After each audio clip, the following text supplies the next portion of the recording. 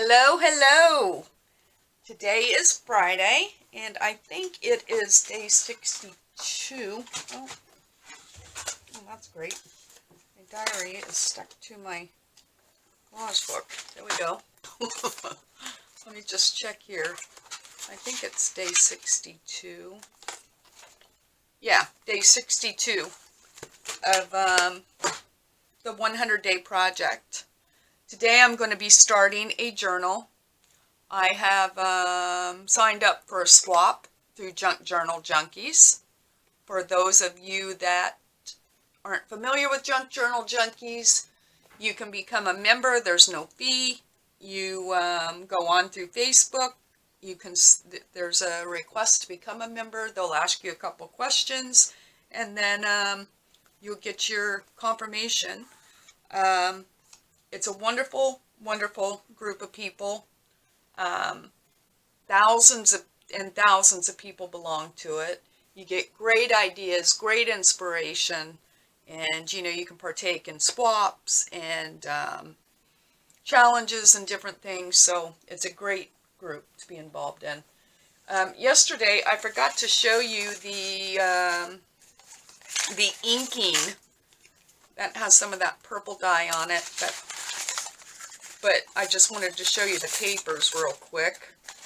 I don't like the fact that they came out, it looks like sprayed dots, but some of them aren't so bad. And I thought, in looking at the green fabrics, the ones that turned out green and browns, I think they would make, like, this is really pretty. They would make a great, like, nature themed journal. But just wanted to show you that real quick. So for this challenge, or swap, not challenge, I have until May 7th to post on Junk Journal Junkies, so many pictures to prove that the item is done. You have to do that to be assigned a swap partner. They issue guidelines, so this one needs to be a soft cover journal.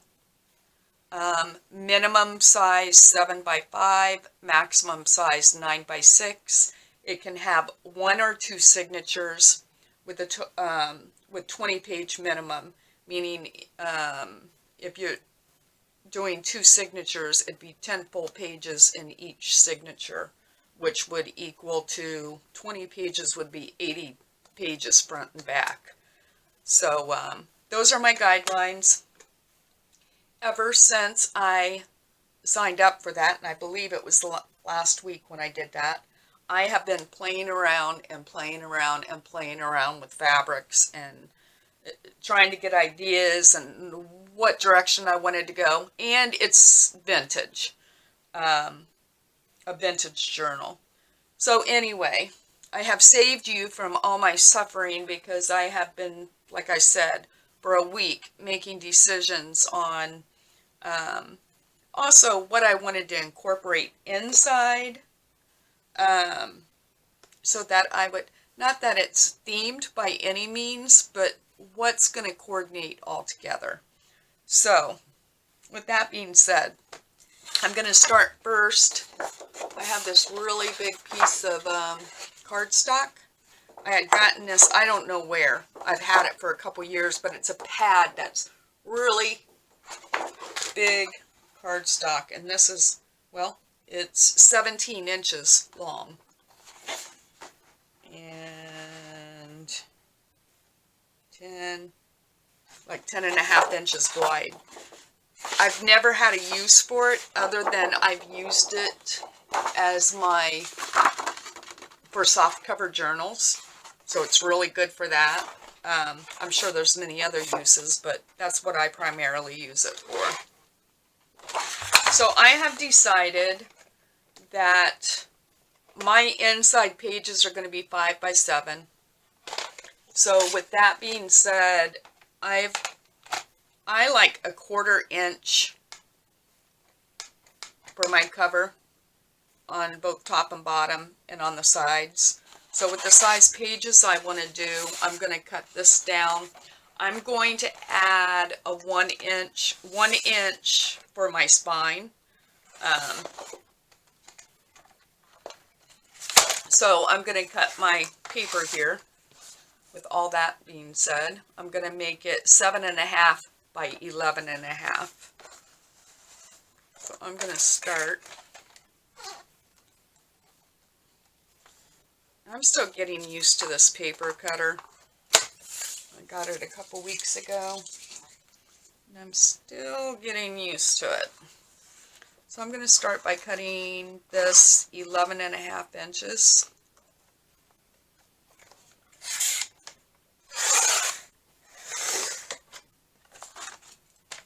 And 7.5. For some reason it just looks small, but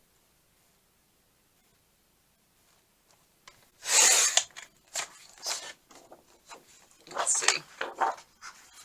Make sure I didn't make a mistake there. Nope, it's 11.5. Alright, so I can get rid of this. Move these out of the way. Oh, you know what? I forgot to turn my timer on. So let me just do that about 20 minutes just to be safe. So this is going to be my base. Yeah, that's about how big I wanted it. And what I'm going to do, first of all, I like to ink around my edges. They shouldn't be seen, but just in case they are, it's not going to be that stark white staring at you.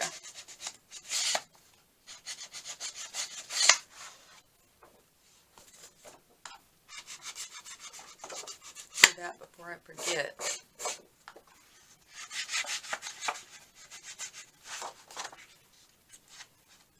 So I'm excited about this project. I do plan to bring you along with me. Not so much as a tutorial, but as a craft along.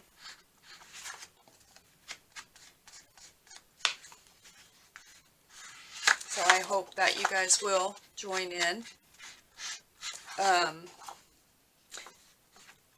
Been a little bit disappointed with my YouTube, just because, you know, I have now over 700 subscribers, but I'm lucky to get 2 comments. And I don't know if any of you are experiencing this, but I don't know if it's a group of people or the same person that just keeps making accounts up, but they leave these comments. A lot of them are foreign, some of them are not, but it'll say something and then it'll have a number like 0.37 or 1 point whatever. The first time I saw that, I clicked on it, and it takes you to porn sites, right? So these people, I have blocked them and blocked them and blocked them. You know what I mean? I've removed their comments because my concern is someone happens to visit my channel. They see that and they're like, what's this about? And they click on it. I don't want that to be a reflection of me. I've reported these people to YouTube, but I think it may be one or maybe a group of people that just keep making accounts, and for whatever sick reason, they continue to do this, and it's quite aggravating. So I don't know if any of you are experiencing the same thing, but it's quite frustrating. So, all right, let me just give you an idea of what I have come up with. I have this quilt that I've been cutting up. It's a small piece that I have had for years, and you can see like it has some raw spots, but I just love it. And so I'm going to use that as part of my cover. I have come up with, I'm going to use this doily on it.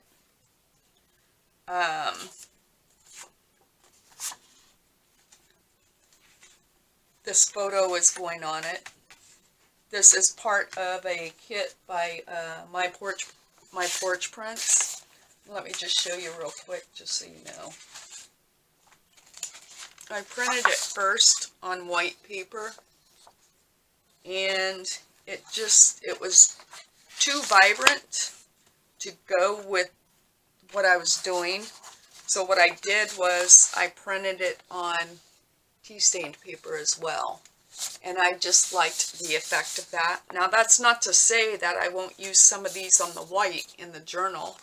But I also wanted to see the kit on tea stained paper. I printed this one actually on cardstock, tea stained cardstock. And what I will do before I attach it, I'm going to seal it, I'm going to spray it to protect it.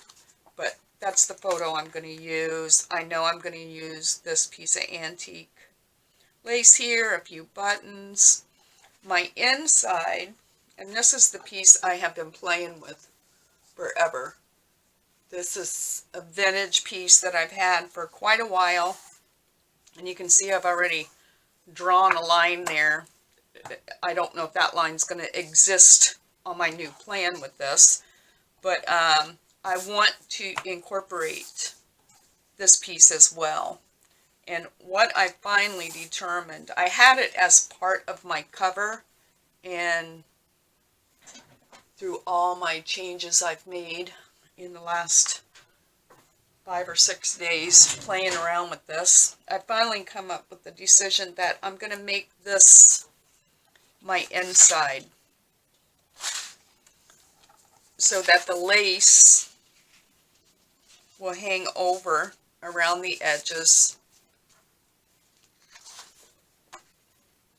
So the lace will hang around the edges, and then, you know, it adds to the outside of the journal. So it's definitely not the correct size. The other thing that I had thought about was, well, if that was my inside, I could easily just flip this up and have instant pockets. But if I do that, I don't have lace for the bottom of my journal. And since I had it on the top and the sides, I also wanted it on the bottom. So I'm going to have to cut this, stitch it so that it's the right width, you know, to do what I want it to do here and here.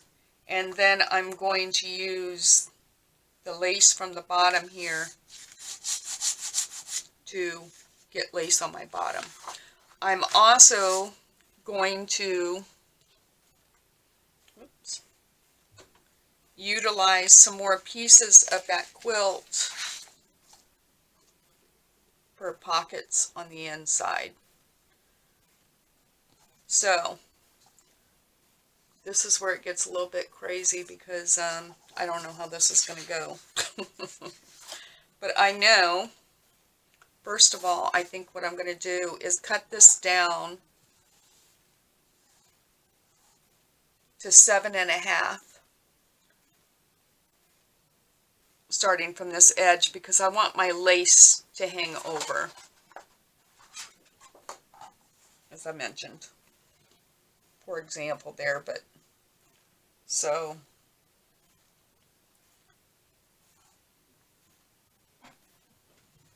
I'm going to start by doing that, and I'm scared to cut it. I'm scared. What did I do with my...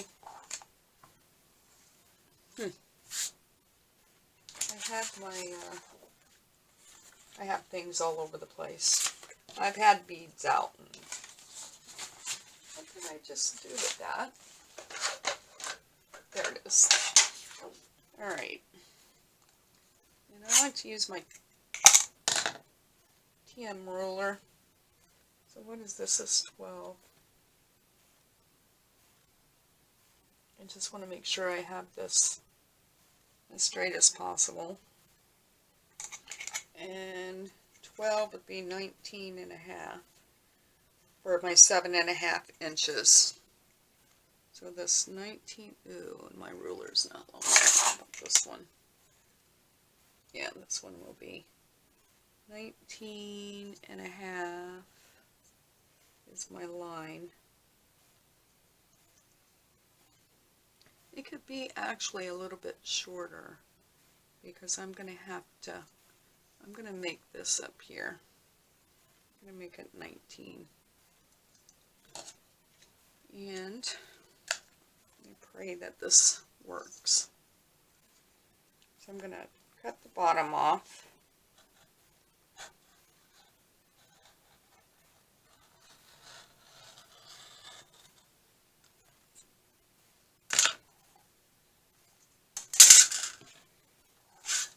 And then I know I only need this to be 11 and a half wide. So from my beginning of my lace, let me bring that over to the 10, just for easy measuring. And I'm going to have to stitch it together, so I'm going to leave a little bit of room for that. So from there, it'd be 21 and a half would be my 11 and a half. So I'm going to leave 1/4 of an inch. I'll do another, yeah, I'll add an inch. That'll give me, wait a minute, 10, 21 and a half is my 11 and a half, and then I need stitching room, which I think I'm going to add an inch just because I can then press that seam down maybe. That's what I'm going to do. 21 and a half, I'm going to go to 22 and a half. I'm going to keep in mind that I've added an inch for stitching. Oh, wait a minute. I can't do that. I got to cut it from the center. This is what I got to do. Yeah. Whew. I almost made a horrible mistake there. Let's think about this. I got to cut it this way. So I need it to be 5 and a half, 5 3/4, 5 3/4 plus stitching, so 6 3/4 roughly. 1, 2, 3, 4, 5, 6. Right? I don't have to cut off all that. Yeah, because let's see.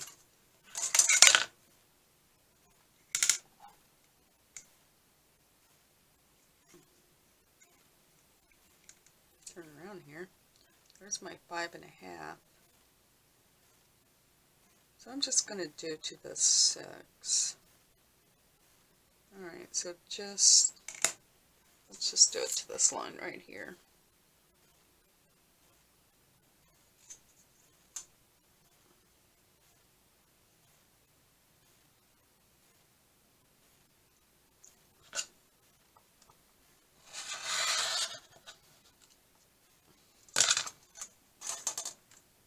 And then what I will do is stitch this together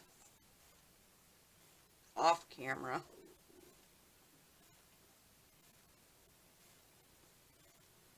So that wherever my stitch line is, it's going to leave me 11 and a half inches when I open it up, so it fits my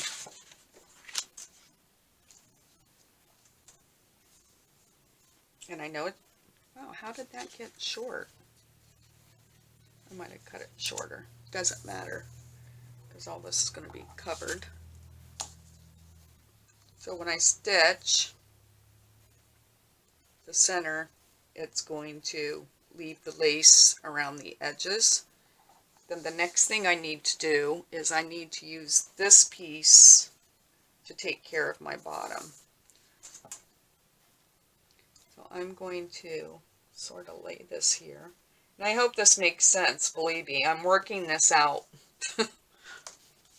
on camera. So I apologize for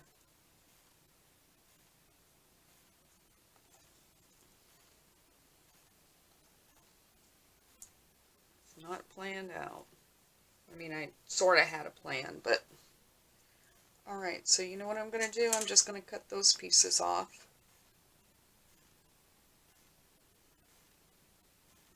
Well, wait, I think what I'll do is stitch this together first.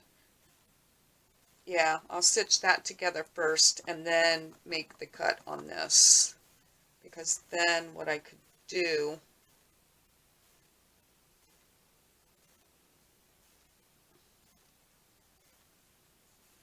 is I'm going to have to cut this the same way, I think. Maybe not.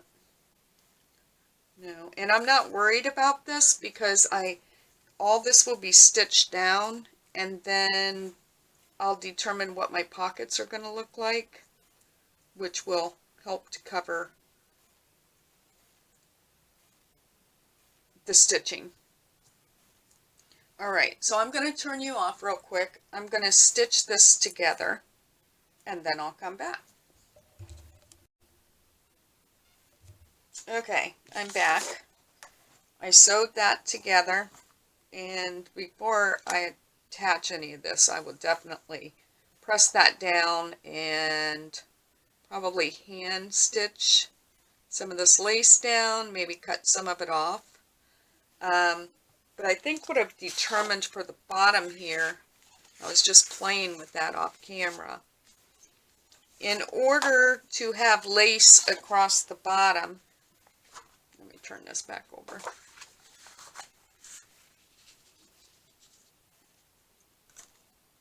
Number one, we have to have it around the corners here. So I'm going to, I think what I determined was, I'm going to make sure, number one, that my lace matches here on the corner. And I don't care if this hangs down a little bit. My primary thing is I want the lace to continue along. When this is placed, I just had this figured out, and then I turned the camera on and can't figure it out. I'll put this like this, just so you can. How did I have that? I just had it figured out. I know that my my corners must meet. And I think what I'm going to do, I don't care if the bottom hangs off a little bit. I'm just going to stitch this on the bottom. I think I can cut some of this off, but I want to wait until I stitch this on the bottom before I make any rash decisions. So I'm going to do that. I'm going to make sure my lace meets here on the corners on both sides. And then once I do that, stitch it on the bottom. I'll either leave, no, I'll cut this excess off, I think. Yeah, I'll make that determination too. I'll show you what I end up doing. I'll be back. I don't want to burden you with this. Okay, so I sewed my bottom piece on, and you can see the lace isn't perfect, and that's okay. I cut the ends off, so I have these pieces of lace that once I get things assembled, or almost assembled, if I need to add some and hand stitch it, which I'm sure I'll do some hand stitching around here, you know, to keep the edges from fraying right here where they've been cut, but I might add another piece of lace. It's going to depend on once I get the inside done and the outside, what it looks like, you know. But I do have the pieces needed to make it look all right. The one thing, like, of course, we all want everything to be perfect, but it never is. You know, at the end of the day, it's a junk journal.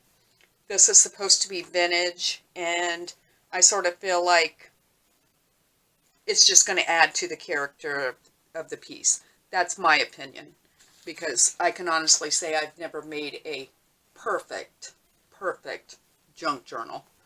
So, what I've determined for the inside, or this is the inside, what's going on the inside. I'm going to have a pocket, and I got my piece of quilt here. I was going to do 2 separate pockets, but then I thought, you know what, I'm just going to make one pocket that goes all the way across, and then, you know, I'll stitch it here in the center, because this quilt, it's not super thick, you know, and plus I think I'm going to like the feel of it with the fabric. So I'm going to cut a piece of this so that I've determined I want my pockets to be 3.5 inches. The journal is going to be 7.5 inches tall, somewhere in here. Let me get my, here we go, there we go. So my journal is going to be 7.5 inches tall, and I figured 3.5 inches puts my pocket top right here, which I think is tall enough. If I went 4, I think it would be too big of pockets. So that's just my opinion.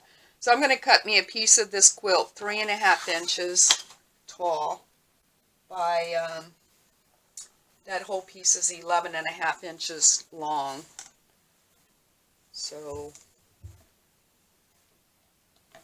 I'm just going to, don't want to, no, I'm just going to cut down here some. I'm just going to cut along here, and then I'll use my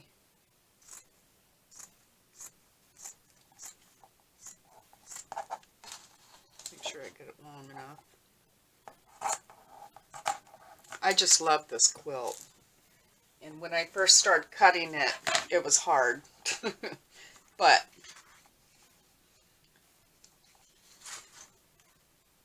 that's the way it is, right? And I like this bra piece, I really do. So I think what I'm going to do, start up here, maybe cut off, because this quilt is fairly straight. I think I'll cut off at the bottom here. And I hope that you all are crafting along, because I know this is probably not very entertaining to watch me struggle through. But I wanted to show you the reality of it. Things aren't always perfect and simple, you know. Sometimes you have to make adjustments, like I have to on that lace.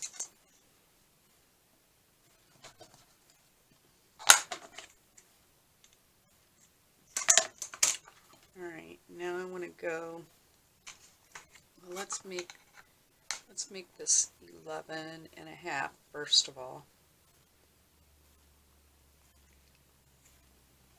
Start with a, so from 12, 22, 23.5, so this line right here would make it 11.5.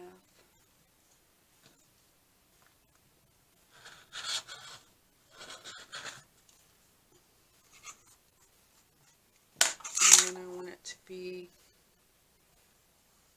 I keep moving, this is warped. from where I ironed on it, which is a no-no. 15 and a half. I still haven't ordered a new mat. I think this one's, yeah, 36 inches wide by, I think that's 24 or 30. What is that? 24. I think I'm gonna get a smaller mat when I get one.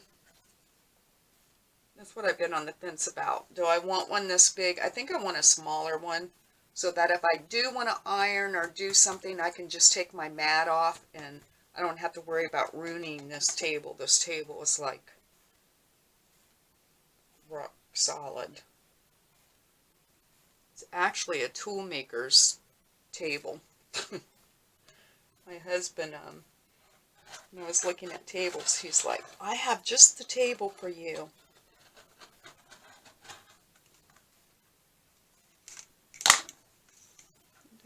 Through, but I can see the marks. So I'm going to take my scissors.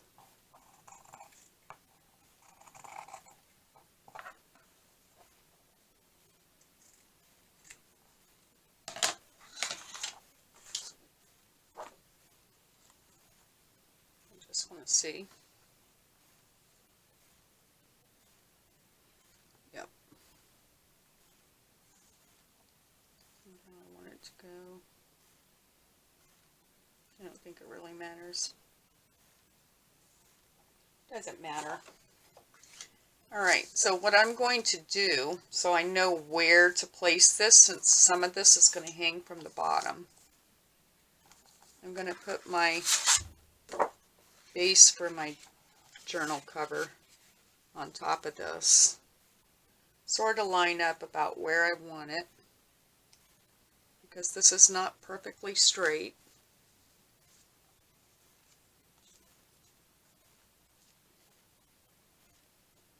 As you can see, I think part of it is this lace needs, there we go, so I want it about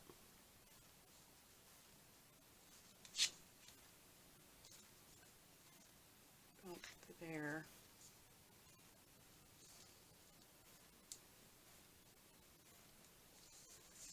And I think I'm just going to use a pencil instead of a that blue, just so I have an idea here of where I want the bottom. And that's going to be right along the lace. That's what I got to remember on this side, right along the lace. This side's a little bit higher.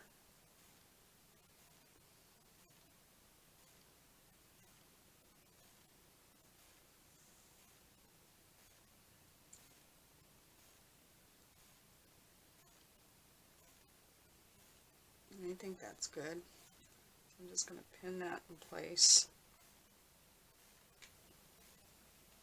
At least put a couple pins in place.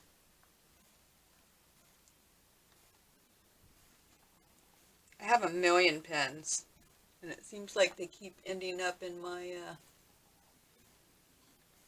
little sewing box that I carry around with me. And then when I go to do something here on my table, I don't have any, but I have like 5 containers of pins in my sewing box. Alright, so all I'm going to do is stitch this, but yeah, that's going to be, so that's going to be the inside cover. And then I will, when I stitch around here, I'll stitch up the center, so that'll stay, you know, it'll keep the pocket separate, plus you're going to have your signature sewn in. So that takes care of the front, or the inside. The only other thing I'm going to do, just so you are aware, I decided I am going to put a piece of batting that I will stitch to this fabric. Or I can actually, I'll just glue it to that, glue it to my book base, because when I have the front done, we'll attach. Maybe I will sew my batting to this, because then I can glue my batting down. And I won't have to have glue on this piece, because it will be attached to the batting. That's what I'm going to do. I'll stitch this to the batting.